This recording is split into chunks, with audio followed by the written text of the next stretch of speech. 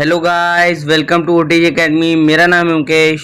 तो इससे पहले के वीडियो में मैंने पेज नंबर 62 से लेके पेज नंबर 65 तक पूरे अच्छे तरीके से एक्सप्लेन कर दिया है। आप चाहे तो डिस्क्रिप्शन में दिए हुए लिंक पे जाके या फिर आई बटन पे क्लिक करके उसे देख सकते हैं। आज हीट चैप्टर का पार्ट 3 वीडियो है। इस वीडियो में हम लोग due point and the humidity करने वाले हैं। तो चलिए बिना टाइम वेस्ट करते हुए वीडियो को स्टार्ट करते हैं। लेकिन उससे पहले वीडियो को लाइक, चैनल को सब्सक्राइब और वीडियो को शेयर करना मत भूलिएगा। चलिए वीडियो को स्टार्ट करते हैं। हमारे इस टॉपिक का नाम है due point and the humidity. इसमें हम लोग को कुछ डेफिनेशंस और कुछ एग्जांपल्स दे के रखे हैं, जिसकी वजह से हम लोग को बहुत अच्छे तरीके से समझ में आ जाएगा कि ड्यू पॉइंट और ह्यूमिडिटी होता क्या है।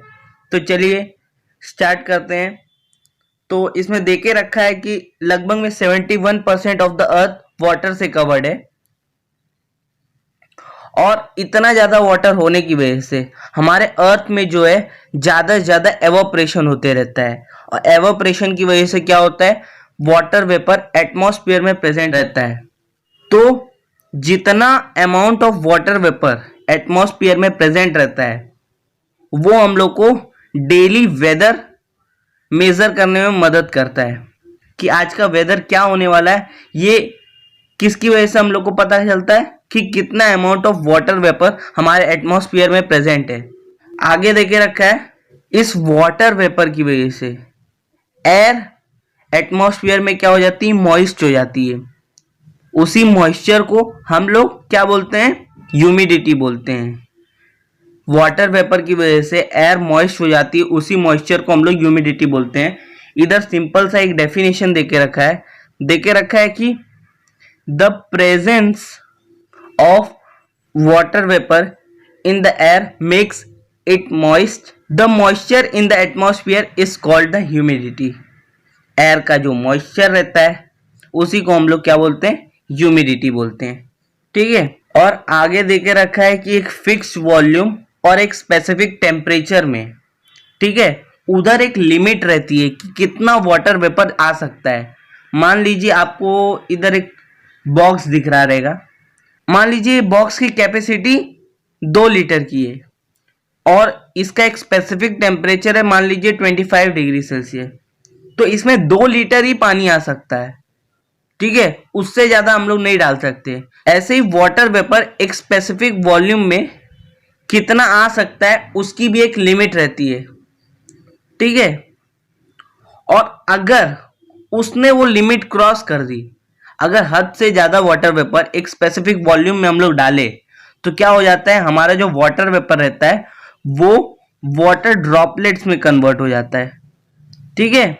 आगे देके रखा है कि अगर हम लोग का एयर में जो वाटर वेपर है वो एकदम हाई लिमिट पे रहे, ठीक है, हाई लिमिट पे रहे, तो उस पॉइंट को हम लोग बोलेंगे सैचुरेटेड है वाटर वेपर के साथ। और आगे देके रखा है कि amount of water vapour saturate करने के लिए एयर टेम्परेचर के ऊपर डिपेंड करता है। ठीक है, कि कितना amount of water vapour saturate होएगा वो किसके ऊपर डिपेंड करता है, टेम्परेचर के ऊपर डिपेंड करता है। अगर टेम्परेचर लो रहेगा, ठीक है, तो उसको कम वाटर वेपर लगेगा सैचुरेट होने में।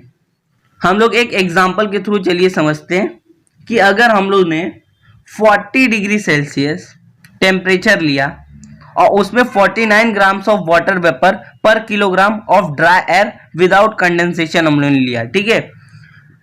कंडेंसेशन का क्या मतलब होता है, जब वाटर वेपर लिक्विड में कन्वर्ट होता है उसको कंडेंसेशन बोलते हैं। ठीक है। और अगर हम लोग ने टेम्परेचर 40 डिग्री किया तो उसमें कितना water vapour, 49 gram of water vapour present रहेगा। ठीक है, विदाउट कंडेंसेशन। ठीक है, वाटर कंडेंस नहीं होगा इसमें। आगे क्या देके रखा है वो हम लोग देखते हैं। अगर वाटर वेपर ने अपना लिमिट क्रॉस कर दिया है, ठीक है, तो बाकी का जो वाटर वेपर रहेगा वो कंडेंस हो जाएगा, मतलब वो लिक्विड फॉर्म में कन्वर्ट हो जाएगा।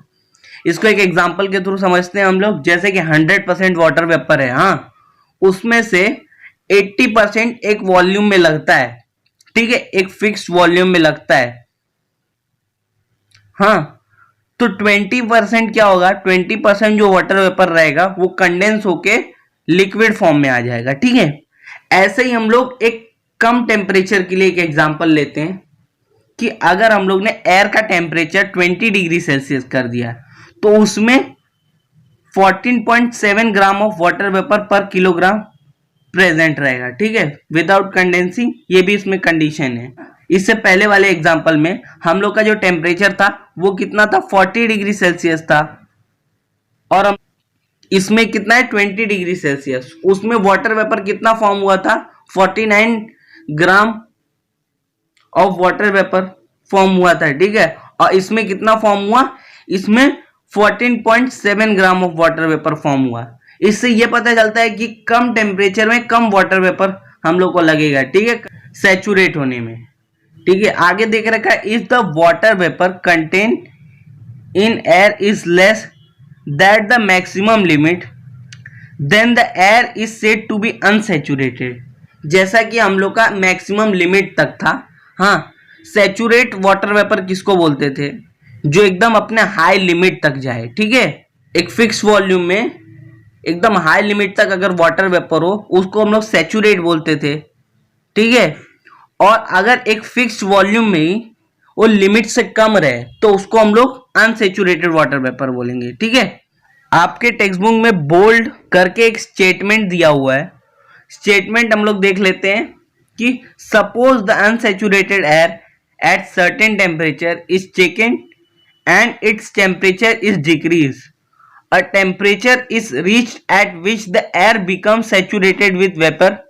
This temperature is called dew point temperature. ठीक है, तो इसका मतलब क्या है कि सपोज हम लोग ने अनसैचुरेटेड एयर लिया, ठीक है, एक सर्टेन टेम्परेचर पे, और हम लोग ने क्या किया, उसका टेम्परेचर कम कर दिया है। जो टेम्परेचर हम लोग ने लिया था उससे हम लोग ने टेम्परेचर कम कर दिया, तो क्या होगा, जिस टेम्परेचर पे एयर जो रहेगा वो सैचुरेट हो जाएगा। ठीक है, एयर सैचुरेट वाटर वेपर के साथ हो जाएगा, तो उसी टेम्परेचर को हम लोग क्या बोलेंगे, हम लोग उस टेम्परेचर को बोलेंगे ड्यू पॉइंट टेम्परेचर। ओके, आगे क्या देखे रखा है वो हम लोग देखते हैं कि जिस फिजिकल क्वांटिटी से हम लोग एयर में कितना वाटर वेपर प्रेजेंट है वो मेजर करते हैं, उसको हम लोग क्या बोलते हैं, एब्सोल्यूट ह्यूमिडिटी बोलते हैं। ठीक है, तो एक फिक्स वॉल्यूम में कितना mass of water vapour present है उसको भी हम लोग क्या बोलते हैं, एब्सोल्यूट ह्यूमिडिटी बोलते हैं। एब्सोल्यूट ह्यूमिडिटी को हम लोग केजी पर मीटर क्यूब में मेजर करते हैं। ठीक है, मतलब केजी पर मीटर क्यूब एब्सोल्यूट ह्यूमिडिटी की क्या होगी, यूनिट हो गई। ठीक है, तो आगे हम लोग को क्या देखे रखा है वो हम लोग देखते हैं कि हम लोग जैसा फील नहीं करते कि हम लोग का जो एयर है वो ड्राई है या ह्यूमिड है। ह्यूमिड का मतलब होता है एयर में वाटर वेपर है, हाँ, उसको हम लोग ह्यूमिड एयर बोलते हैं। ठीक है, मतलब मॉइस्चर वाला, और कभी कभी ड्राई फील करते हैं सर्दियों के टाइम पे हम लोग। ठीक है, तो वो खाली कितना amount of water vapour present atmosphere में उसके ऊपर डिपेंड नहीं करता, बल्कि वो टेम्परेचर के ऊपर भी डिपेंड करता है। ठीक है, और जो एक्चुअल मास का रेशियो है कि एक गिवन वॉल्यूम में कितना amount of water vapour present है, ठीक है, और कितना वाटर वेपर रिक्वायर है एयर को सैचुरेट बनाने के लिए। ठीक है, तो उस टेम्परेचर को हम लोग क्या बोलते हैं, रिलेटिव ह्यूमिडिटी बोलते हैं। ठीक है, जिस टेम्परेचर पे एयर जो रहता है वो सैचुरेट हो जाता है, ठीक है, उसी टेम्परेचर को हम लोग क्या बोलते हैं, रिलेटिव ह्यूमिडिटी बोलते हैं। परसेंटेज रिलेटिव ह्यूमिडिटी का हम लोग को फॉर्मूला देके रखा है।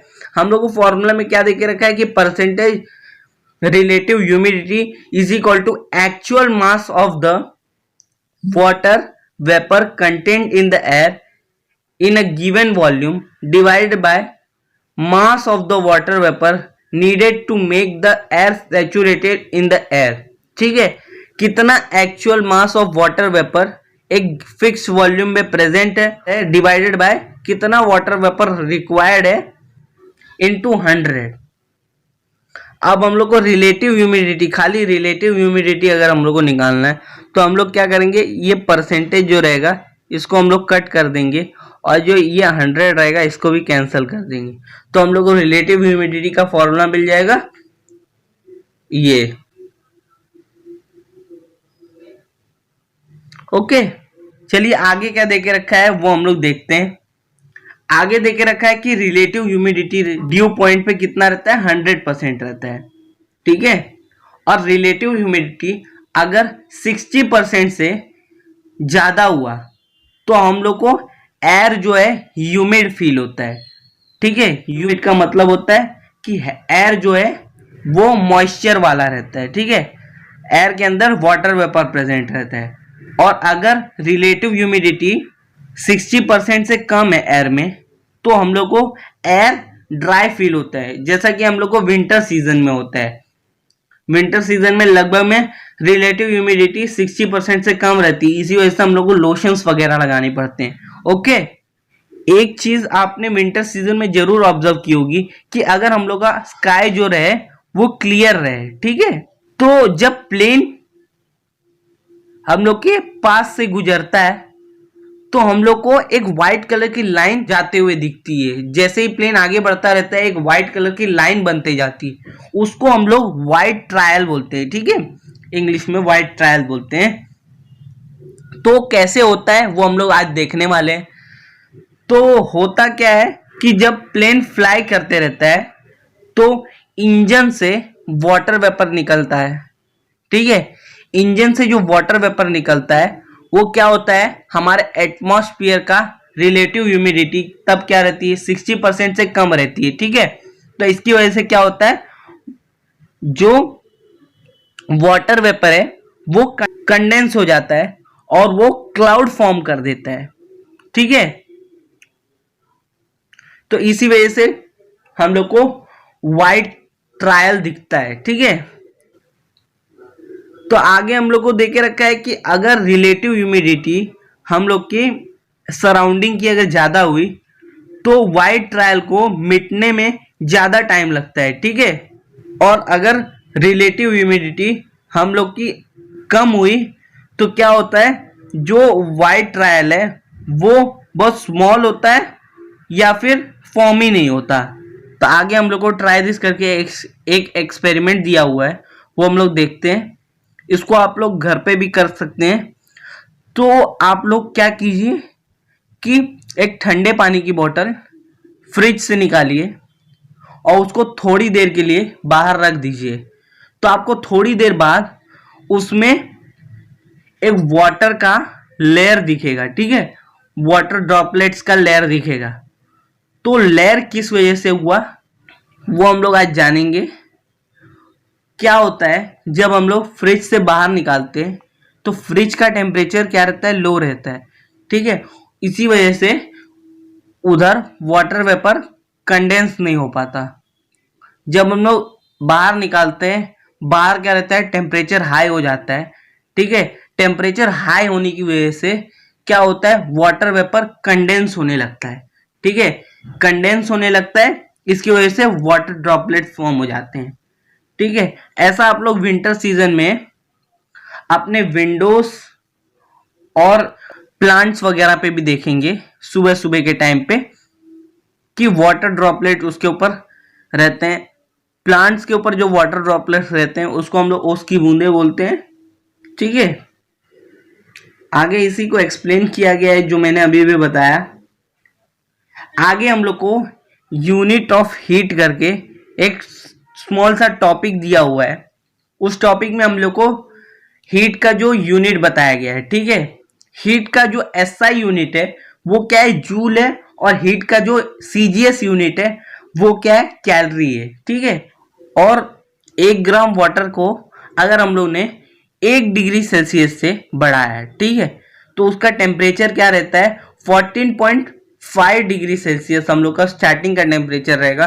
तो कितने पे चला जाएगा, 15.5 डिग्री सेल्सियस पे चला जाएगा। तो इसको हम लोग क्या बोलते हैं, 1 कैलोरी हीट, ठीक है। इसको हम लोग क्या बोलते हैं, 1 कैलोरी हीट। अगर हम लोग 1 ग्राम वाटर को 1 डिग्री सेल्सियस से बढ़ाते हैं हाँ, तो उसको हम लोग क्या बोलते हैं, 1 कैलोरी हीट।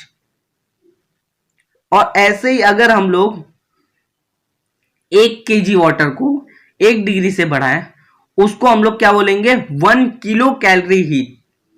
ठीक है, आगे देके रखा है कि 1 किलो कैलोरी कितना होता है, 1000 कैलोरी होता है। 1 किलो कैलोरी 1000 कैलोरी होता है। इसको हम लोग न्यूमेरिकल में यूज करने वाले हैं, इसीलिए इसको आप लोग अच्छे तरीके से याद रखिएगा। चलिए आगे बढ़ते हैं। आगे हम लोग को ऑलवेज रिमेंबर करके एक टॉपिक दिया हुआ है। तो यहां देके रखा है कि अगर हम लोग 1 केजी वाटर को 1 डिग्री सेल्सियस से बढ़ाए एट डिफरेंट टेम्परेचर रेंज, ठीक है, डिफरेंट टेम्परेचर रेंज रहेगा, तो क्या होगा, 14.5 डिग्री टू 15.5 डिग्री सेल्सियस तक जाएगा। ठीक है, तो जो अमाउंट ऑफ हीट इसमें रिक्वायर रहेगा वो क्या रहेगा, थोड़ा बहुत डिफर करेगा। ठीक है, इसीलिए यूनिट ऑफ हीट डिसाइड करने से पहले ये डिसाइड करना बहुत जरूरी होता है कि स्पेसिफिक टेम्परेचर रेंज कितना होगा। आगे देके रखा है कि 1 कैलोरी कितना होता है, 4.18 जूल होता है। ये आप लोग याद रखिएगा, ये भी न्यूमेरिकल्स में बहुत ज्यादा काम आएगा हम लोग को, कि 1 calorie is equal to 4.18 joule. तो चलिए वीडियो को इसी तरीके से एंड करते हैं। मैं मिलूंगा आपको एक नए वीडियो में, जिसमें हम लोग अपने हीट चैप्टर का आगे का पार्ट कवर करेंगे।